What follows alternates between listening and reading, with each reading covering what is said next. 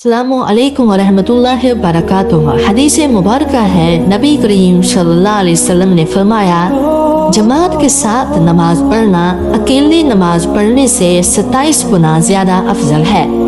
दोस्तों, ये हदीस हमें बताती है कि अल्लाह ताला ने जमात की नमाज में बरकत और अजर कई गुना बढ़ा दिया है। जमात न सिर्फ सवाब बढ़ाती है बल्कि मुसलमानों के दिलों में इत्तेहाद और भाईचारा पैदा करती है।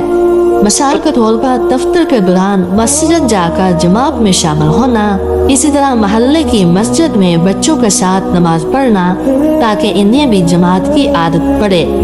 इसी तरह सफर में अजनबी लोगों के साथ भी जमात कायम करना और भाईचारा पैदा करना।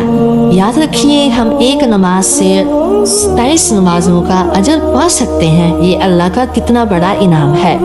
आज से कोशिश करें कि अजान सुनते ही जमात के लिए कदम बढ़ाएं।